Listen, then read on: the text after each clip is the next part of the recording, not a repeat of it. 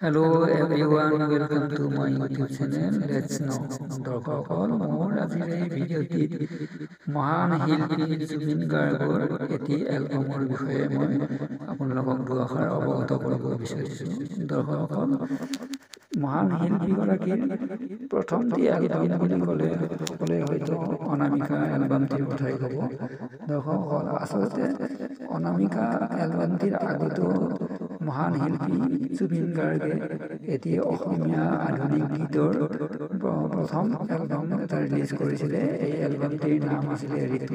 দৰ্শকসকল, জুবিন গাৰ্গ আৰু সহশিল্পীসকলে কণ্ঠদান কৰা মেলোডি অসমীয়া আধুনিক গীতৰ এই এলবামটি মেলোডি ট্ৰেকৰ নিবেদন আছিল আৰু এলবামটি জুবিন গাৰ্গৰ কথা আৰু সুৰৰ প্ৰথম এলবাম আছিল। 1992 চনত এই এলবামটি ৰিলিজ কৰা হৈছিল।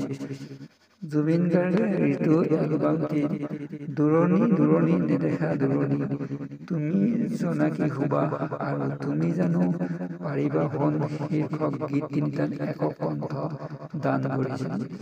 দৰ্শকসকল, 1992 চনত মুক্তি পোৱা এই এলবামটিয়ে বেছি জনপ্ৰিয়তা লাভ কৰা নাছিল।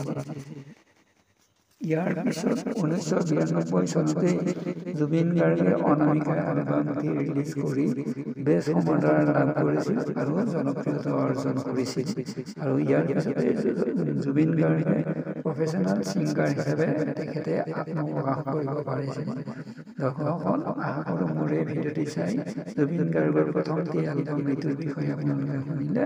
আৰু মোৰ এই ভিডিঅ'টি চাই যদি আপোনালোকৰ ভাল লাগিলে তেন্তে মোৰ চেনেলটো ছাবস্ক্ৰাইব কৰি দিবলৈ অনুৰোধ জনালোঁ। ধন্যবাদ।